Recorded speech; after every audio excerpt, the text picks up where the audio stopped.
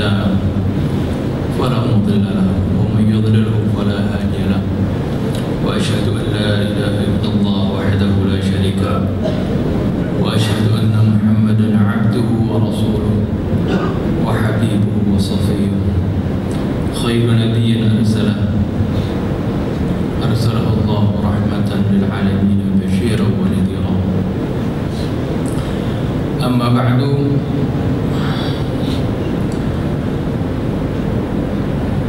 para hadirin jemaah Masjid Al-Hidayah Gandaria City yang dimuliakan Allah Subhanahu wa taala. Alhamdulillah wa syukurillah, kita panjatkan puji syukur kita kepada Allah Subhanahu wa taala, di mana di siang hari ini kita telah dapat melaksanakan kewajiban kita, melaksanakan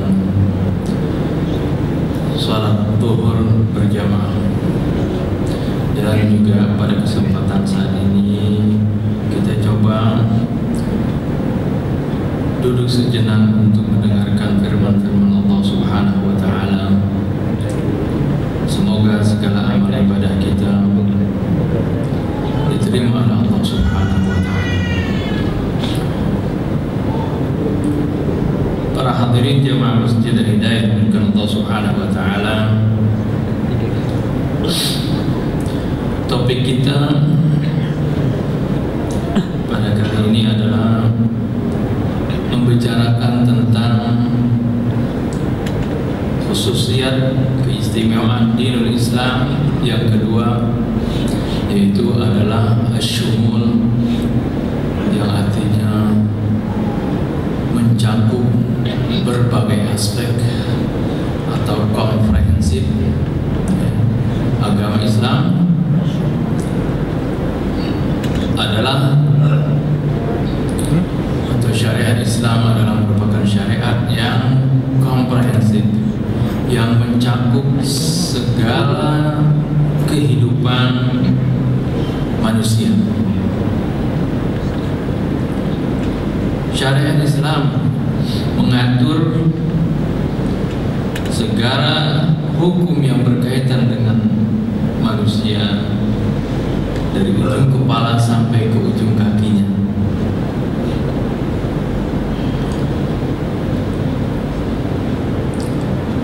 Artinya dari apa-apa yang dipikirkannya, apa-apa yang dihayalkannya, di dalam syariat Islam diberikan guidance, diberikan arahan, diberikan petunjuk. Demikian pula apa yang harus diucapkannya di dalam Islam diberikan guidance, agar supaya setiap orang tidak berucap sesuai atau semau-maunya, tidak mendengarkan semau-maunya, dan juga tidak bertindak semau-maunya. Semuanya di dalam syariat Islam dijelaskan. Oleh karena itu, bagi setiap muslim hendaknya dia mengatur setiap gerak-geriknya, kehidupannya berlandaskan dengan syariat ini, dan tidak mengambil dari syariat Islam sebagian-sebagian, sepotong-sepotong yang kita diperintahkan oleh Allah Subhanahu wa taala untuk masuk dan mengambil agama ini, melaksanakan agama ini secara seutuhnya. Allah Subhanahu wa taala mengecam para ahli kitab yang mana mereka dahulu mengambil dari syariat apa yang dibawa oleh nabi-nabi sebelum Nabi kita Muhammad SAW, apa-apa yang mereka sukai, apa-apa yang cocok dengan situasi dan kondisi mereka diambil. Akan tetapi apa-apa yang tidak cocok, yang kira-kira tidak menguntungkan, dijauhi. Allah Subhanahu wa taala berfirman dalam surah Al-Baqarah ayat 85, A'udzu billahi minasyaitonir rajim. Bismillahirrahmanirrahim. Afatu'minuna bi ba'dil kitabi may yaf'alu dzalika illa khizyun fil hayatid dunya wa yawmal qiyamati yuradduna ila asyaddil 'adzab wa mallahu bighafilin 'amma ta'malun. Allah Subhanahu wa taala mencemooh mereka ahli kitab, yang mana mereka mengambil dari syariat nabi-nabi yang terdahulu sebagian-sebagian sesuai dengan kehendak mereka, sesuai dengan hawa nafsu mereka. Afatu'minuna bi ba'dil kitab, mengapakah kalian beriman dengan sebagian isi Alkitab? Wa takfuruna bi ba'd, kemudian kalian kafir dengan sebagian yang lain. Artinya dipilih-pilih, apa yang enak, yang sesuai diambil, yang tidak sesuai, yang tidak menguntungkan dibuang. Fama jazaa'u may yaf'alu dzalika, maka tidak ada balasan bagi orang yang melakukan itu illa khizyun fil hayatid dunya wa yawmal qiyamati yuradduna ila asyaddil 'adzab. Melainkan dia akan mendapatkan kehinaan di dalam kehidupan dunia, dan di yaumil qiyamah dia akan dikembalikan ke dalam azab yang sangat pedih. Wa mallahu bighafilin 'amma ta'malun, dan Allah sama sekali tidak lalai terhadap apa yang kalian kerjakan. Walaupun awalnya atau daripada asbabun nuzul ayat ini turun kepada ahli kitab, akan tetapi ini pun hukumnya tidak khusus kepada ahli kitab, akan tetapi bagi kita semua kaum muslimin. Sebab di dalam kaidah usul fiqih disebutkan al-ibratu bi umumil ayat la bi khususis sabab.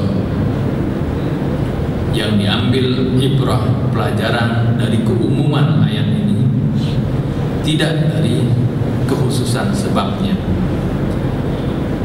Jadi ayat ini pun sebenarnya ditujukan juga kepada kita kaum muslimin yang biasanya hanya mengambil daripada syariat ini juga yang enak-enak, yang sesuai dengan kondisi kita, yang sesuai dengan situasi kita, apalagi yang sesuai dengan hawa nafsu kita. Ini sangat berbahaya. Allah Subhanahu wa ta'ala perintahkan agar supaya kita mengambil dari syariat ini adalah seutuhnya, karena ini adalah syariat Allah Subhanahu wa ta'ala, bukan syariat manusia, bukan kompromi di antara manusia.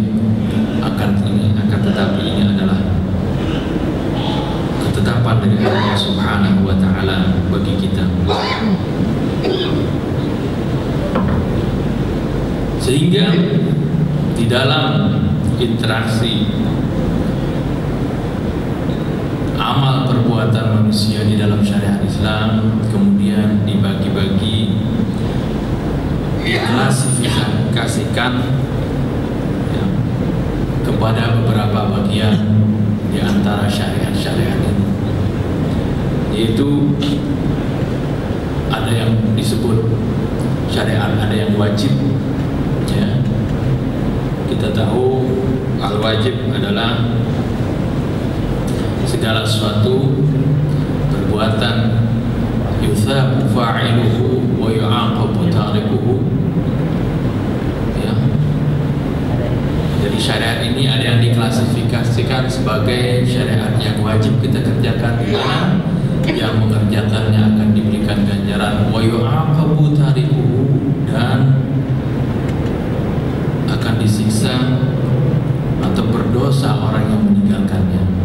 Ini seperti yang wajib yang kita ketahui, seperti puasa, salat wajib, puasa yang wajib, ya, berzakat, pergi haji, ya, dan seterusnya. Itu adalah perbuatan-perbuatan wajib. Birrul walidain, berlaku cucu, dan seterusnya. Itu adalah merupakan sesuatu yang wajib, yang apabila dikerjakan mendapat pahala dan ditinggalkan mendapat dosa atau siksa. siksaan dari Allah Subhanahu wa taala. Kemudian dari hukum-hukum tersebut ada juga yang disebut al-mandub. Ya, ini disebut ahkam taklifiyah, hukum-hukum ya kewajiban kepada setiap manusia. Yang pertama tadi al-wajib, ya, kemudian al-mandub, arti al-mandub atau as-sunnah, kita bisa katakan seperti itu, atau an-nafilah. Artinya kaidahnya nafilah itu walladzi yutsabu fa'iluhu wa la yu'aqabu tarikuhu. Yaitu kalau amalan-amalan yang sunnah atau nafilah itu amalan-amalan yang kita dianjurkan secara sukarela untuk melakukannya, di mana yutsabu fa'iluhu akan diberikan ganjaran bagi orang yang mengerjakannya, diberikan pahala bagi orang yang mengerjakannya, wala yu'aqabu tarikuhu, dan tidak disiksa orang yang meninggalkannya, ya, atau tidak berdosa orang yang meninggalkannya. Seperti kita lakukan sholat sunnah seperti itu, ya, sedekah sunnah seperti itu adalah merupakan hal-hal yang dianjurkan untuk dikerjakan, akan tetapi jika kita tidak mengerjakannya tidak disiksa. Jadi itu levelnya di bawah al-wajib, ya. Kemudian yang lawan dari al-wajib adalah al-haram atau al-muharram, sesuatu yang diharamkan. Definisinya adalah huwa ma yu'aqabu fa'ilu. Apa yang diharamkan itu adalah sesuatu yang kalau kita kerjakan akan disiksa, atau mendapatkan dosa. Wa yutsabu tarikuhu, sebaliknya kalau kita meninggalkan hal tersebut kita akan mendapatkan pahala. Ya, kita meninggalkan maksiat, ya, sesuatu yang diharamkan oleh Allah Subhanahu wa taala. Kita meninggalkan perzinahan, kita meninggalkan minum khamar, kita meninggalkan perjudian, kita meninggalkan pengkhianatan, kita meninggalkan berkata-kata dusta, ya, itu meninggalkannya kita diberikan pahala, tapi mengerjakannya akan mendapatkan dosa dan siksa dari Allah Subhanahu wa taala. Kemudian level di bawah haram adalah al-makruh. Al-makruh artinya sesuatu yang tidak disenangi, sesuatu yang tidak disukai oleh Allah Subhanahu wa taala, ya, tapi derajatnya tidak seperti haram, tidak sampai kepada hal yang diharamkan, yaitu ma yu'aqabu, ma yutsabu fa'ilu tarikuhu. Definisinya adalah makruh adalah sesuatu yang diberikan ganjaran, diberikan pahala bagi orang yang meninggalkannya, ya, yutsabu tarikuhu, tapi wala yu'aqabu fa'ilu, tapi tidak disiksa atau tidak berdosa orang yang melakukannya.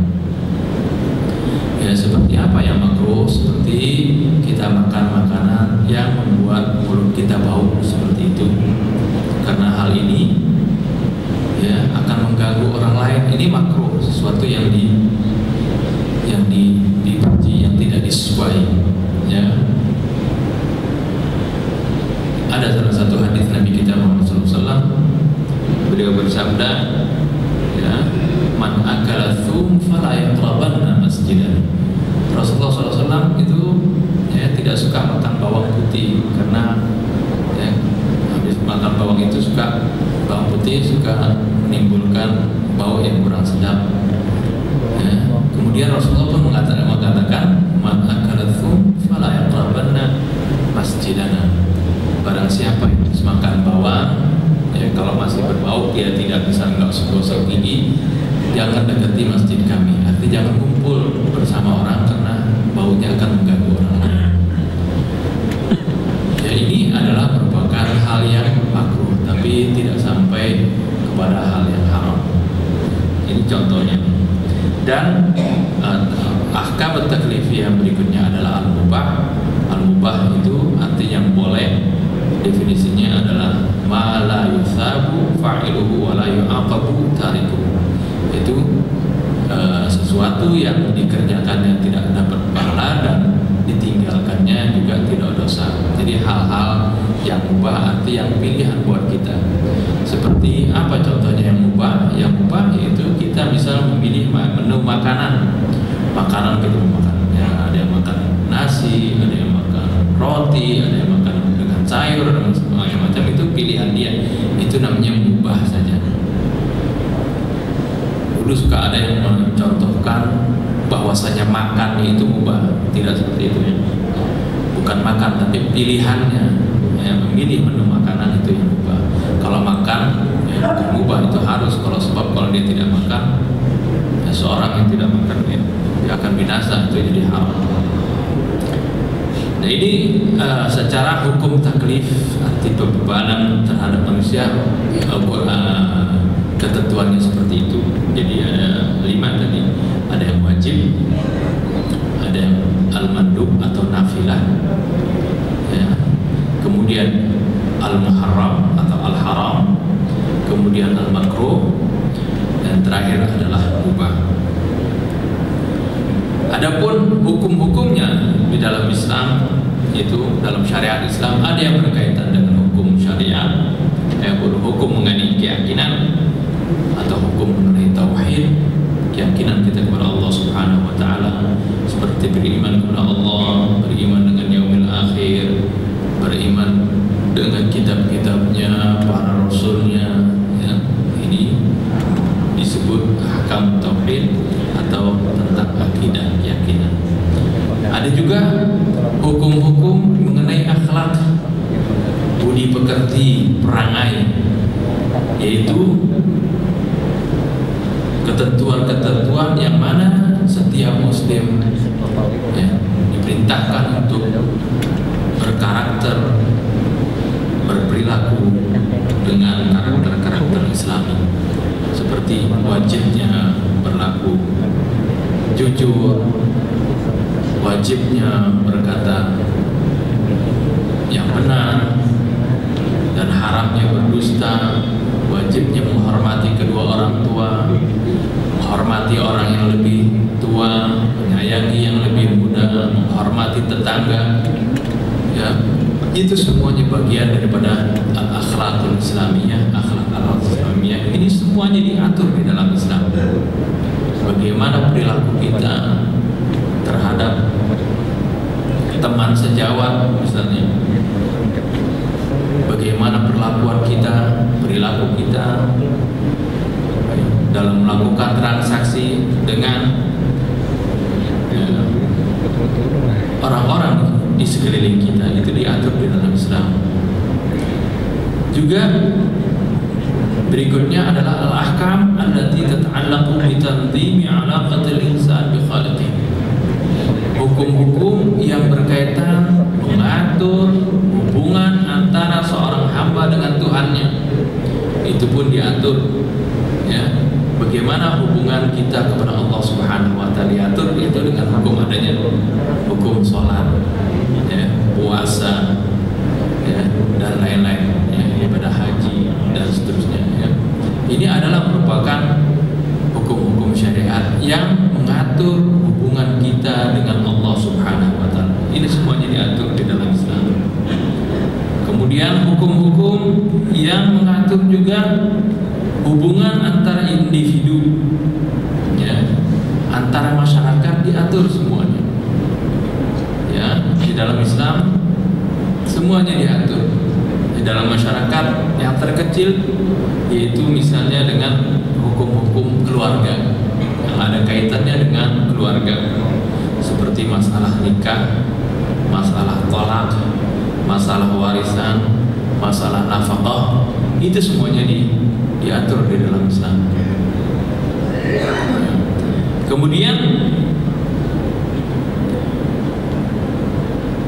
hukum-hukum yang berhubungan dengan orang lain, atau hukum-hukum yang berhubungan dengan transaksi, ya, itu juga diatur dalam Islam, ya. Ada masalah jual belinya, ya, masalah sewa menyewanya, ya, gadai menggadai dan seterusnya.